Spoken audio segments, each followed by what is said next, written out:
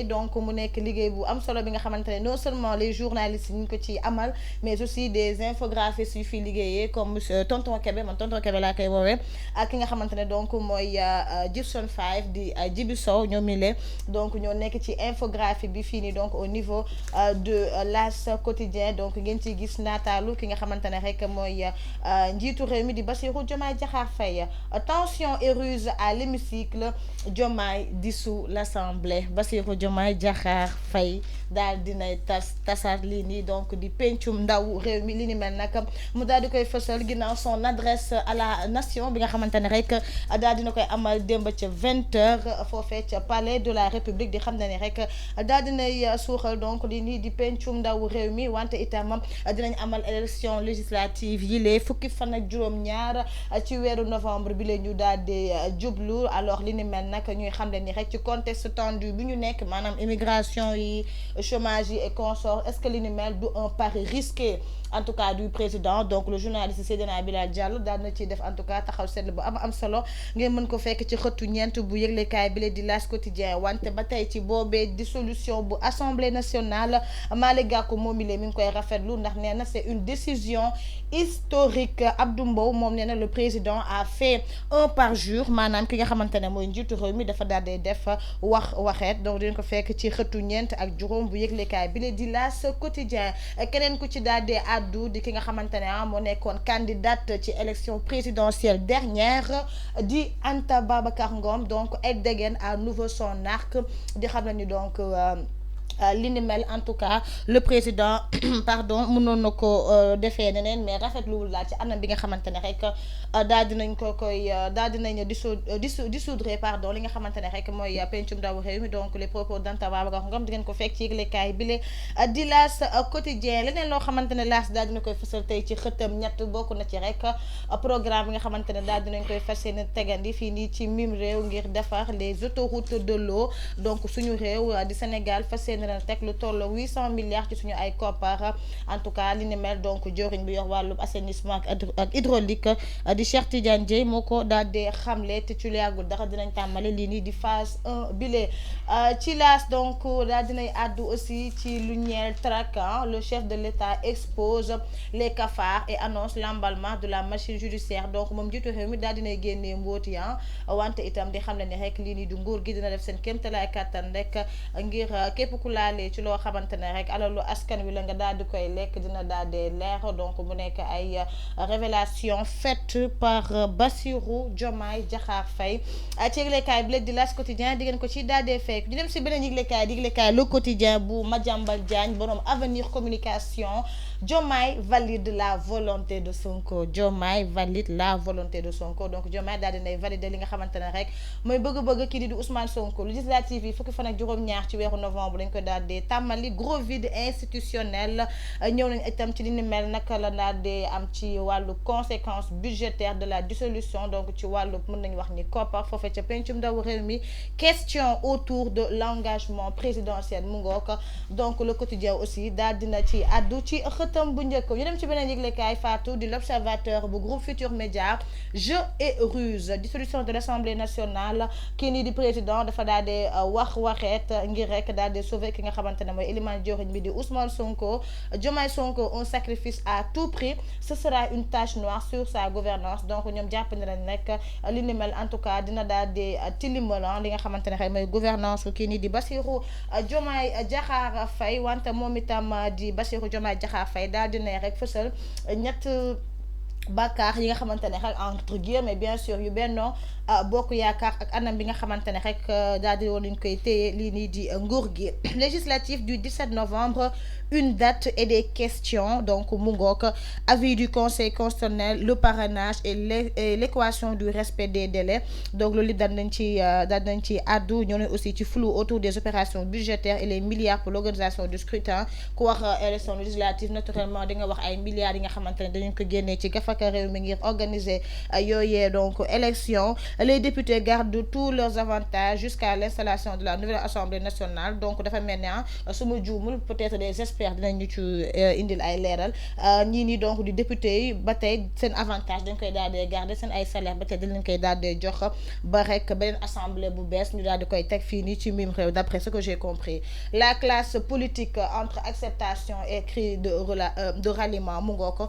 donc jamono jëlee en tout cas rek politique bi lu politique bi daal dinay jaxasoo lool ginnaaw bi nga xamante ne rek daal dinañ suuxal à l'Assemblée nationale. Vox Populi itam daal dina ci desandi di ngeen ko ci daal dee fekk wante itam di ngeen ci fekk Abdou Mbow président donc groupe parlementaire Benno Bokk Yaakaar nee na Benno Bokk Yaakaar prend acte et critique l'indignité républicaine et la petite politique. Donc kii nii di Abdou Mbow moo ko daal dee xamle. Le président vient de commettre un parjure exécutant en cela et de manière cynique les instructions de son premier ministre. moom jàppandi na rek kii nii di Bassirou Diomaye Diakhar Faye dafa rek daal di exécuter mbëbëtu wala bëgg-bëggu kii nii donc di Ousmane Sonko. Anta Babacar moom elle appelle à une mobilisation pour une cohabitation maanaam ñu booloo rek ngir rek daal di ñëpp rek tout parti en tout cas mën a nekk foofee donc ca pencum ndawu réew mi. Le moment est venu de dire non à la dérive autoritaire en gestation. Donc moom li ni mel rek dérive autoritaire la ko daal di tuddee kii di Anta Babacar Ngom di xam ne ni mobilisons-nous pour un Sénégal où le pouvoir n'est plus un monopole mais une responsabilité partagée, contrôlée et équilibrée. Un président de la République ne ruse plus. Il s'agit de la remise en cause de la valeur de la parole présidentielle et mieux de la signature présidentielle. Madame li ni mel rek day en tout cas c'est en contre-faux ci kàddu yi nga xamante ne rek moom jiitu réew mi daal di woon a koy yëkkati doon xam ne ni dinañ signer wala plutôt teg ab décret boo xamante ne kii ni di Ousmane Sonko dina sa DPG le 13. alors li ni mel nag mujjeewul antu tax ba Anta Babacar Ngom moom mi ngi ci daal di àddu wante kii ci rafetlu di Cheikh Bamba Dièye moom nee na c'est une mesure nécessaire et salutaire. donc li ni mel dañ ko war a amal donc mu ay kàddu kii ni di sama pap sama doom baay di Cheikh Bamba Dièye. L'indépendant, dissolution de l'Assemblée nationale, adieu la 14e législature mu ngoog donc li ni mel nag njiitu réew mi daal dina koy décider tout simplement parce que dafa rek donc bëgg li nga xamante ne rek mooy majorité parlementaire pour à contre-courant de la volonté du peuple sénégalais maanaam rek bépp décision wala bépp mëbët boo xamante ne da koy bëgg foofee ca pencum ndawu réew mi gis na ni rek ñi nekkoon foofu duñ ci àddu bi ci mujj rek mais le 29 août ñu bëggoon rek ñu daal di suuxal li ñu donc di HCCT ak CSE opposition bi en tout cas dañoo opposé un ñett catégorique. alors li ni mel nag day tax ba toute décision yoo xamante ne dina ko jàllale foofee ca pencum ndawu réew mi du àddu moo tax rek ñu daal di jëfee li ni mel. L'indépendant itam daal dina ñëw ci visite courtoisie bi nga xamante ne rek moom Bassirou Diomaye Diakhar Faye daal dina koy amal foofee ca Ndiéguène la xadra Ndiéguène pris pour Bassirou Diomaye Faye donc ak foofee tamit ca Tivaouane. Serigne Babacar Sy Adouba Diomaye mu ngoo ko donc di ngeen ko fekk ci xëtu ñaar ak xëtu ñaar bu yëglekaay bi lépp di L'Indépendant. Dakar Time Sénégal enfin le régime des Gonwanè c'est ça le régime des Gonwanè mu ngoog. Ousmane Sonko moom moo ne woon dinañ dissoudre Assemblée nationale le 10 septembre 2024. Dakar Times daal dina ci ñëwaat. Dakar Times itam daal dina xam ne ni président Bassirou Diomaye Diakhar Faye noonu woon dinañ amal DPG le 13 septembre 2024 et se dédie donc daal dinay weddiwaat boppam. Désormais c'est la parole du premier ministre qui compte maanaam léegi parole Elimane jëwriñ yi di Elimane di kii Ousmane Sonko mooy compte. Le PR sacrifie la centralité de la parole présidentielle sur l'autel des petits combats de son guide suprême Yoro Dia mu ngoog. Ces deux hommes à la tête de notre pays s'amusent de nos institutions selon Abdou Mbow. Abdou Mbow moom jàpp na ñi nga xamante ne mooy Bassirou Diomaye Faye ak Ousmane Sonko dañuy foowee di suñu ay institutions de vitrine démocratique à l'État renégat di Bougane Gueye Dany moom itam daal na ci àddu. Après les morts par désespoir, le parjure s'installe pour juste satisfaire une soumission indécente envers un PM qui avait déjà tout annoncé. Thierno Bocoum moom nee na donc li ni mel loo xamante ne déjà ki nga xamante ne rek ginnaaw ñàkk bakkan ñu daal di nemmeeku wante itam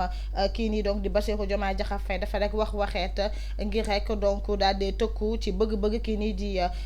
premier ministre Ousmane Sonko. te li ni mel sax moom annoncé woon na ko kii nii di Ousmane Sonko di wax député yi le 12 dinañ tal leneen lu dul ay motion de censure wala li nga xamante ne donc mais déclaration de politique générale. Je dissous l'Assemblée nationale pour demander au peuple souverain les moyens institutionnels qui me permettront de donner corps à la transformation systémique que je leur ai promise. Bassirou Diomaye Diakhar Faye moo xam ne loolu démb. Faut-il dissoudre à nouveau l'Assemblée si le pouvoir perdait les élections législatives le 17 novembre prochain? C'est ça la question. Est-ce que 17 novembre prochain Inch'Allah bu ñoom Bassirou Diomaye Diakhar Faye bu le mouvement actuel amul la majorité foofee ca pencum ndawu réew mi, est-ce que dinañ dissoudre l'Assemblée nationale? C'est une question en tout cas posée par Dakar Times. Alors ainsi donc on laisse Sonko violer impunément la Constitution en ne faisant pas sa DPG avec la complicité du PR de tous les Sénégalais devenus boucliers d'un seul. Yoro Dia ci daal di àggu dinañ ci waxtaanee bu baax ak suñu invité du jour. Donc Dakar Times loolu daal di fësal ci xëtam bu njëkk Libération 6J la 14e législature maanaam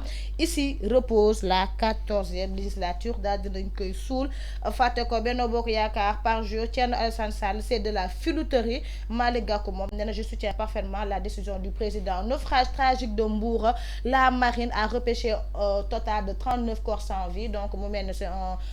le bilan final peut-être. Fanweeri nit ak juróom-ñeent la ñu daal di génnee rek ci ñu ñàkk seen bakkan ginnaaw jéeye bi nga xamante ne donc daal dinay am foofee ca Mbour. Wante ñëw nañ ci coupure courant bi nga xamante ne démb daal dinañ koy nemmeeku fii nii ci mim réew daal di durer des heures ay waxtu yoo xamante ne rek kenn amul lii nii du courant fii nii ci Sénégal, bien vrai que waa Sénégal je pense que génn nañ ab communiqué daal di ci addu.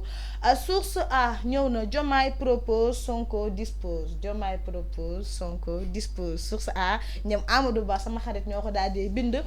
mu ngoor donc àdduwaat nañ ci Bougane Gueye Dany aussi moom itam daal dina ci àddu moom lu mu waxati c'est la victoire d'un chef qui confirme que le populisme demeure le patriotisme des idiots. Ah doy na waa respect Ndiaga Sylla tamit daal na ci àddu corrige Diomaye qui a tordu le cou du code électoral. Ndiaga Sylla donc des experts électoraux moom tamit dafa mel ni il est contre cette décision parce que moom nee na kii di Diomaye dafa rek tordre le cou du code au code électoral mu mel ni code électoral mu war a fixer la date en tout cas des législatives en tout cas Ndiaga Sylla daal na ci àddu. Donc ci source A da ngeen ko si daal di fekk tribune yëglekaay Diomaye la DPG et la dissolution de l'Assemblée nationale indécence présidentielle mu ngoog kii nii du conseil constitutionnel daal di woon nay bind Bassirou Diomaye Faye depuis fukki fan ak benn ci weeru juillet bi la ñu daal di weesu. Yoro Dia moom nee na fustige le non-respect de la parole donnée maanaam président rek kàddu bi nga xamante ne respecté wu ko entre guillemets. Babacar Mbaye Ngaraaf moom nee na la classe politique la société civile doivent se lever pour sauver le Sénégal. Babacar Mbaye Ngaraaf moo ko daal di addu